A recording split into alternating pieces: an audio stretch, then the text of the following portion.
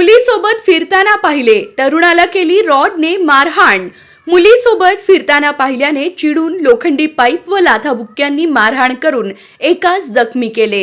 हा प्रकार 22 डिसेंबरच्या रात्री 11 वाजता पाथरूड चौकात घडला। अजय राजू अडसुळे वय 29 राहणार न्यू पाछापेठ सोलापूर असे मारहाण झालेल्या तरुणाचे नाव आहे। त्यांनी दिलेल्या फिर्यादीवरून तुषार मल्हारी शिंदे व सौदागर क्षीरसागर दोघे राहणार सोलापूर या दोघांविरुद्ध जेल रोड पोलीस ठाण्यात गुन्हा दाखल झाला आहे। यातील जखमी आणि तुषार हे मित्र आहेत।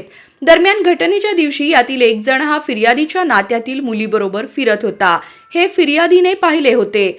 दरम्यान रात्री 11च्या सुमारास फिर्यादी हे ओम मेडिकल समोरील कट्ट्यावर बसले होते।